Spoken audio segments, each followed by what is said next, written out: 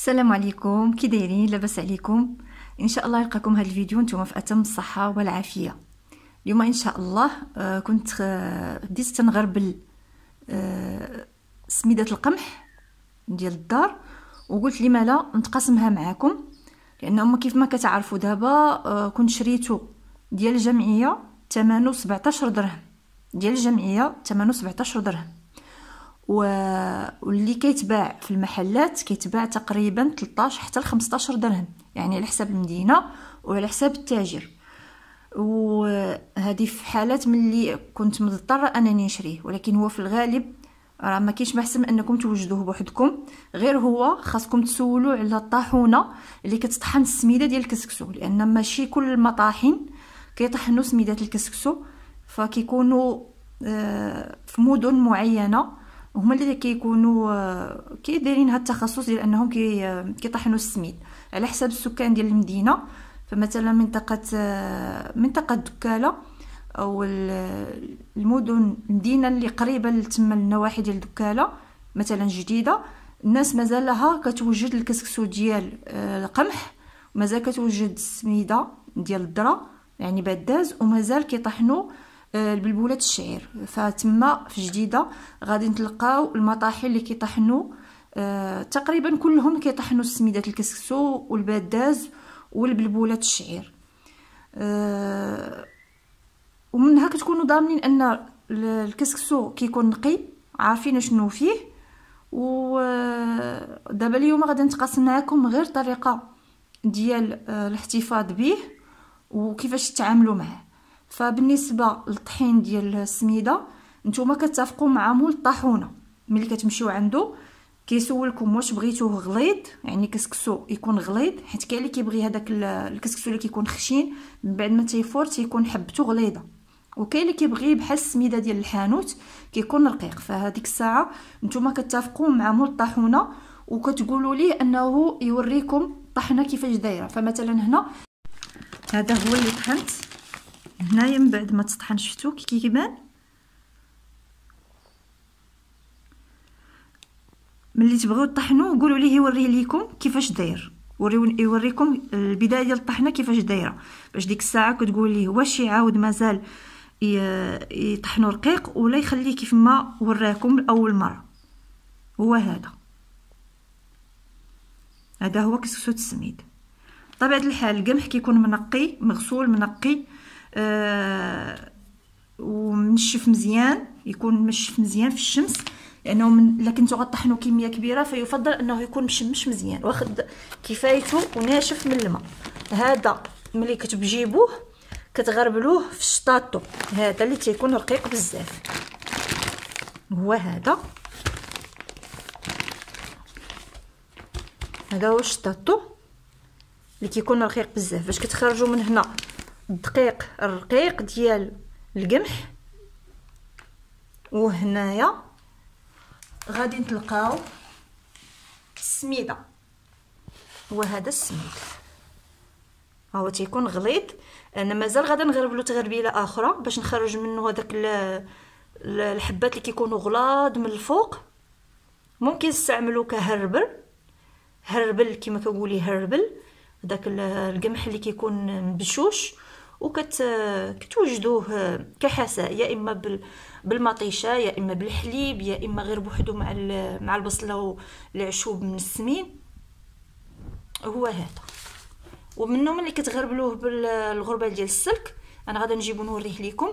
الا بغيتو تخرجوا منه السميده ديال الحرشه، السميده اللي كتكون رقيقه او متوسطه، انا وليت كنفضل السميده اللي كتكون متوسطه، يعني ما تكونش رقيقه بزاف، خاصه ديال القمح في الحرشه ديال الدار.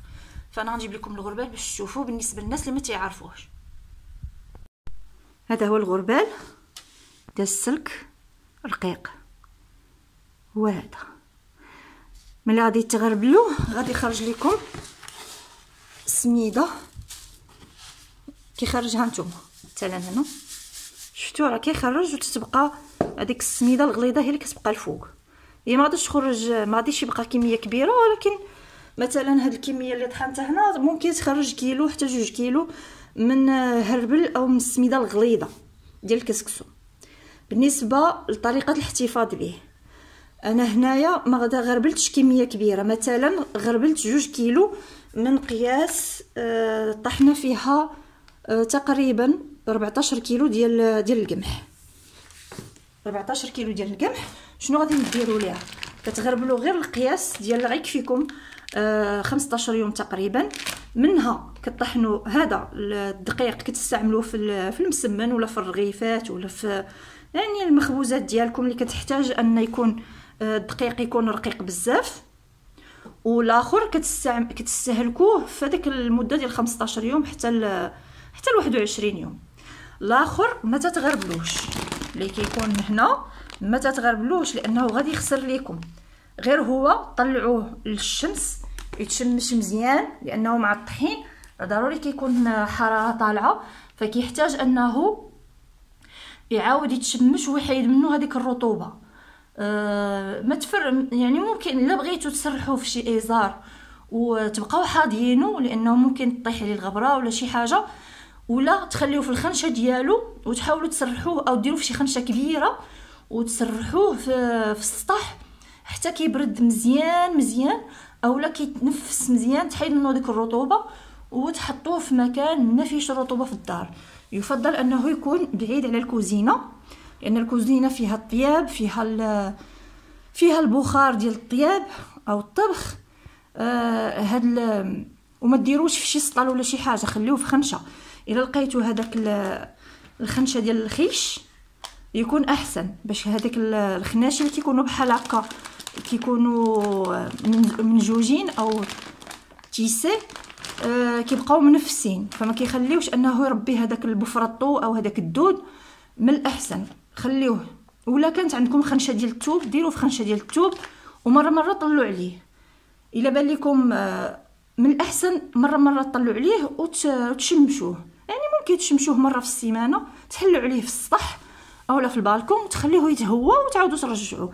الاساسي هو انه يبقى في بلاصه بعيده على الرطوبه، بعيده على البروده من الارض، يعني تحطوه فوق شي حاجه ديال الخشب او فوق شي كرسي، المهم يكون بعيد على البروده، وهكذا غادي يبقى لكم مده طويله بلا ما يخسر. المهم انه ما يتغربلش، هذا هو الاساسي، نعاود ناكد عليه، ما يتغربلش هو والذره والشعير. اي حاجه بغيتو مثلا كسكسو ولا هذا تغربلوا القياس اللي غادي يكفيكم مده ديال 15 يوم. بالنسبه للذره هي عندها معامله خاصه، يا اما كطحنوا المقدار اللي غادي يكفيكم شهر كاقصى حد، او طحنوا كميه ولكن يكون عندكم مجمد، يعني غادي نطحنوها تغربلوها وتخزنوها يا اما في الثلاجه يا اما في المجمد، او ممكن انكم تقسموا الكميه على المجمد او الثلاجه باش تقدروا انكم تحتفظوا بها بلا ما تحرار بلا ما تمرر. بالنسبه للشعير حتى هو نفس الشيء، نفس المعامله مع بحال القمح، كطحنوه وكتخليوه كيف ما هو، كتغربلوا غير المقدار اللي غادي نستهلكوه، والباقي كتحتفظوا به كيف ما هو باش يحافظ على راسو وما يخسرش. وتبقى هذيك العمليه ديال انكم تشمشوه مره وتهويوه وتخليوه في الخنشه، ما تحطوش في السطل او في شي حاجه مسدوده ديال البلاستيك، هذيك راه كتسرع انه يخسر ليكم. ان شاء الله يكون هذا الفيديو كان مفيد بالنسبه للمحبين ديال الكسكسو او اي حاجه موجوده في الدار، ونتلاقاو ان شاء الله في فيديو جديد، والسلام عليكم ورحمه الله تعالى وبركاته.